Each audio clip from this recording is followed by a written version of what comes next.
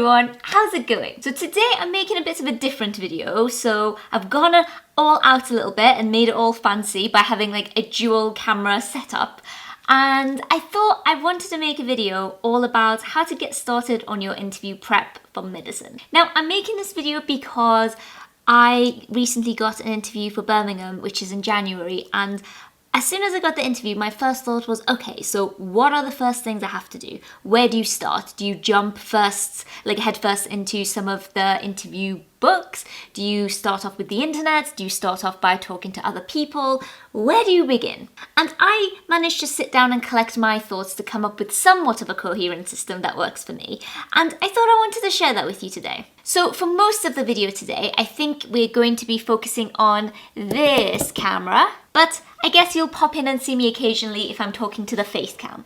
But I think what's most important today is the kind of stuff that I want to show you here. So I suppose let's not delay and let's just get straight into the video. So as I said, when I got my Birmingham interview, I thought that I need somewhat of a systematic way of going through the resources and kind of learning to navigate my way around the kind of content that I need to be familiar with. And in true Atousa fashion, I turned to a checklist. Now, I will explain in a bit more detail what all of this means, but if I just zoom in on the tasks here, you can see that I have come up with a couple of pointers, and to give you an example, the first one says, print off document 1 and state how you will practice for each of these sections. Then obviously afterwards you can tell when I worked on that thing. I've like written a little bit of what I've done. So to begin with, let's start with document 1 and where I physically got started. Now obviously because this is my first time interviewing for medicine and I haven't done any practice of any kind in the past, I thought the best place for me to start is on the Birmingham website. So the page on the Birmingham University website about medicine, about interviews specifically. And when I went on there, very helpfully, there was a link that you could press and it would open up a document that essentially explains to you the entire format of their interview. Now the interview there is a MMI or a multiple mini interview for any of you who aren't familiar. And this is essentially what the document is. It firstly talks a little bit about the number of candidates who get invited to an interview, then goes on to say essentially what MMIs are, and that is the fact that there are 7 stations and each interview lasts for a set period of time, and you sort of move through each station carrying out different tasks and you are assessed in a different way. Now, in my effort to try and relate all of this to my personal application, I thought that I would go through and systematically make notes of things that I think I need to practice, I need to read up on, and I suppose general questions that I need to sit down and contemplate to be able to fully answer the questions that I get asked in the interview itself. So let me give you an example. So if we go back to looking at this document number 1, there is a section here which is the first point that I've made. Now the paragraph itself says, interview stations are designed to assess aspects such as motivation for medicine and certain other things. And for motivation for medicine, immediately I wrote prep for basic cues. I know it's a little bit obvious, but what I mean by prep for basic cues is Atousa, note to self. Make sure you think about why you want to be a doctor, what sort of experiences you've had, and those general sort of motivation questions. Then it goes on to say things like the stations are designed to assess aspects such as communication, perspective, insight, ethical reasoning. Now, I highlighted ethical reasoning because I know that the 4 pillars of ethics is something that comes up a lot, and I've seen this in multiple websites and having spoken to different people. So again, I've written here, learn the 4 pillars of ethics. Now, I guess I could go through this entire document with you in the notes I've made, but I don't think I'm going to do it in this video unless you guys specifically want to know. But the general idea that I am trying to convey here is this, I believe, is a very good place to start. Start with your university of choice, look at what they're looking for, highlight and pinpoint things that are going to be important to you and that are going to be important to the admissions team. And yeah, so this is document 1, and as you can see, I've already gone through and I've already made some of these notes with regards to this specific document. And here you have it. All right, so that was task number 1.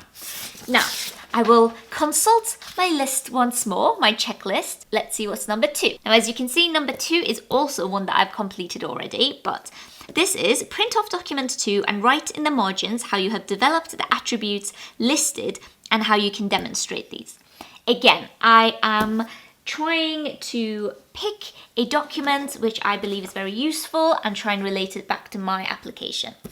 Now, this is document number 2. And guys, I can't remember exactly where I found all of these, but I will link all of the documents that I mentioned in this video down below, because I think it would be very useful for you guys to go and have a read of a couple of these, because I certainly found them very informative. Anyway, so we have got document number 2 here, which is the MSc, and it's a statement on the core values and attributes needed to study medicine. This was very helpful, guys. So let me just have a little flick through and show you the kind of things that they include. Now, obviously, they start off with a bit of an introduction and give you a little bit of advice to the applicants. And I'm not going to go through these individually in this video, but do have a read of it yourself when I'll link it below. Then the way that this document is divided is that it's divided into, I think, 3 to 4 different domains, and each domain covers a certain section. So this one is knowledge, skills, and performance. I guess just to go through it as I did with the other document, it starts off by saying applicable skills and attributes, so commitment, and I've made a little note here saying hospice, because that is a, I guess, piece of work experience that I have committed to for over a year. Then it says things like motivation, insight, personal organization, etc. If we go down a little bit, it starts talking about the fact that medical schools will be looking for applicants who have shown commitment to self-improvement. And in my little notes here, I've written, how have you shown this? And then a little bit below, it says something about a genuine interest. And again, I've written, what are your motivations to study medicine? And similar to the first document that I showed you, I essentially went through this very, very helpful set of, I guess, a document, I guess. And as you can see, it's all annotated with notes that I have made to myself and questions that I have asked myself that I think are important to have a good understanding of. Now, something that I forgot to even mention with the first document is that, as you can see in my checklist, if we just go back to this, you can see that I have written what I have done. So I have written for the first one, made a new document, I've written with questions to answer, and same with the second one. I've written made a question document based on this. And let me just show you what those look like. So firstly, let me go back to document number 1. And as you remember, this is the MMI page on the University of Birmingham website that just talks you through the interview process. And as I mentioned in my first tasks, I've made a new document. And this is what that document looks like. So actually, it might be quite helpful if I have like a side-by-side of these so that you guys can see where I'm coming from with both separate documents. If you remember me mentioning this a few minutes ago, I said that something that this document mentioned was the rights of patients, and I made a note about learning the rights of patients. Now, in this document, which is a follow-up from this one, so this is a follow-up of this one, I've started by saying ethics. What rights do patients have? And I think you get the general idea. These are some of the questions that I wrote based on my original document. I have divided it up to different sections, so I guess to read a few out. So motivation and insight for medicine. I have written things like, for various healthcare practitioners, discuss the types of challenges they may face, etc. And exactly similar to this, I did the same thing for the second document. So again, based on this document, I created this document. As I said, it breaks it up into different domains. And again, by all means, instead of me reading them out, you're very welcome to pause the video and have a little read through some of the questions that I came up with as I was going through the document and making annotations. So as you guys can see, it's very much a systematic process. And to be honest with you, you might be watching this and thinking, well, this is a bit overkill, it's a bit too much. But I think it seems too much because I'm explaining it in great depth. In reality, when I sat and created this, it only took me like 2 hours or something to find all of the documents, print them off, and make notes on 2 of them. So now that you kind of get the general picture of how I've started going through the process myself, I think the next best thing I can do is just talk you through the rest of the documents I have. And again, I will link all of them below so that you guys can go and do this yourself if you would like to. So as I said, I've only made annotations on 2 of them, but let's move on to document number 3. Now again, I can't exactly remember where I found this, but this is the outcomes for graduates. Actually, it's at GMC. I think I spent a lot of time flicking through the GMC website. So yeah, so this is the outcomes for graduates in 2018. And this essentially goes through a bunch of things quite similar to document number 2. It discusses things like the purposes of the outcomes, and certain things about, I guess, the standards of, working within the GMC. And I haven't read this in detail, guys, so if I sound a little bit patchy, it's because I've not had a chance to fully engage with this and read this. All right, so let's go through these. I'll try and go through them a bit quicker because I realize this video is dragging on a little bit.